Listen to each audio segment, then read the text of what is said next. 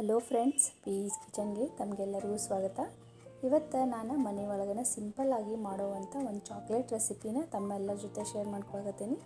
ಇದು ಖಜೂರಿಂದ ಮಾಡುವಂಥ ಒಂದು ಚಾಕ್ಲೇಟ್ಸ್. ಸೊ ಬರ್ರಿ ಹೆಂಗೆ ಮಾಡೋದು ಅಂತ ಹೇಳಿ ನೋಡೋಣಂತೆ. ನಾನಿಲ್ಲೇ ಒಂದು ಸ್ವಲ್ಪ ಸಾಫ್ಟ್ ಆಗಿರೋ ಖಜೂರನ ತೊಗೊಂಡೇನಿ. ಇದಕ್ಕೆ ಭಾಳ ಹಾರ್ಡ್ ಆಗಿರೋ ಖಜೂರ ತೊಗೋಬಾರ್ದು, ಸ್ವಲ್ಪ ಸಾಫ್ಟ್ ಆಗಿರಬೇಕು. ಅದರೊಳಗಿಂದ ಬೀಜ ಎಲ್ಲ ತೆಗೆದಿಟ್ಕೋಬೇಕು. ನಾನಿಲ್ಲಿ ಒಂದು ಸ್ವಲ್ಪ ಡಾರ್ಕ್ ಕಾಂಪೌಂಡ್ ಚಾಕ್ಲೇಟ್ನ ತೊಗೊಂಡೇನಿ. ಇದೇ ಎಲ್ಲ ಸೂಪರ್ ಮಾರ್ಕೆಟ್ನಾಗ ಆನ್ಲೈನ್ನಾಗ ಈಸಿಯಾಗಿ ಸಿಗ್ತೈತಿ. ಇದನ್ನು ಈ ರೀತಿ ಸ್ವಲ್ಪ ಬಿಸಿ ನೀರು ಮೇಲೆ ಇಟ್ಕೊಂಡು ಮೆಲ್ಟ್ ಮಾಡ್ಕೋಬೇಕು. ನಾನಿಲ್ಲೇ ಖಜೂರೊಳಗೆ ಫಿಲ್ಲಿಂಗ್ ಮಾಡೋಕ್ಕೆ ಸ್ವಲ್ಪ ಬಾದಾಮನ್ನ ತೊಗೊಂಡೇನಿ. ನೀವು ಬೇಕಂದ್ರೆ ಬೇರೆ ಬೇರೆ ಥರದ ಡ್ರೈ ಫ್ರೂಟ್ಸ್ನ ಪೌಡ್ರ್ ಮಾಡಿ ಇದ್ರೊಳಗೆ ಈ ರೀತಿ ಫಿಲ್ ಮಾಡ್ಬೋದು.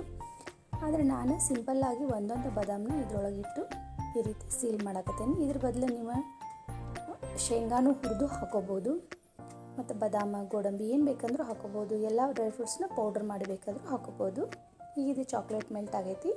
ಇದು ಮೆಲ್ಟ್ ಆದಮೇಲೆ ಈ ರೀತಿ ಖಜೂರನ್ನ ಒಂದೊಂದು ಇದ್ರೊಳಗೆ ಡಿಪ್ ಮಾಡಿ ಈ ರೀತಿ ಬಟರ್ ಪೇಪರ್ ಮೇಲೆ ಇಟ್ಕೊತ ಹೋಗಬೇಕು. ಆಮೇಲೆ ಇದಕ್ಕೆ ಬೇಕಂದ್ರೆ ಮೇಲೆ ಒಂದು ಸ್ವಲ್ಪ ಡ್ರೈ ಫ್ರೂಟ್ಸ್ನ ಪೌಡ್ರನ್ನ ಈ ರೀತಿ ಹಾಕೋಬೋದು. ಈಗ ಇದನ್ನು ಒಂದು ಅರ್ಧ ಗಂಟೆ ಫ್ರಿಜ್ನಾಗ ಸೆಟ್ ಆಗೋಕೆ ಇಟ್ಬಿಡೋಣಂತೆ. ಈಗ ನೋಡಿರಿ, ಒಂದು ಅರ್ಧ ಗಂಟೆ ಆದಮೇಲೆ ಚಾಕ್ಲೇಟ್ ಎಲ್ಲ ಕರೆಕ್ಟಾಗಿ ಸೆಟ್ ಆಗೈತಿ. ತಿನ್ನಕ್ಕಂತೂ ಭಾಳ ರುಚಿಯಾಗಿರ್ತೈತಿ. ಮಕ್ಕಳು, ದೊಡ್ಡವರು ಎಲ್ಲರೂ ಭಾಳ ಇಷ್ಟಪಟ್ಟು ತಿಂತಾರೆ. ಈಗ ನಾವು ಇದು ಒಳಗೆ ಬಾದಾಮ್ ಹಾಕಿರೋದ್ರಿಂದ ಬಾದಾಮದ ಕ್ರಂಚಿನೆಸ್, ಮೇಲೆ ಖಜೂರದ ಸಾಫ್ಟ್ನೆಸ್, ತಿನ್ನಕ್ಕೆ ಭಾಳ ರುಚಿಯಾಗಿರ್ತೈತಿ. ಸೊ ಈ ಸಿಂಪಲ್ ಆಗಿರೋ ರೆಸಿಪಿನ ನೀವು ಒಂದ್ಸರಿ ಟ್ರೈ ಮಾಡ್ಬೋದು.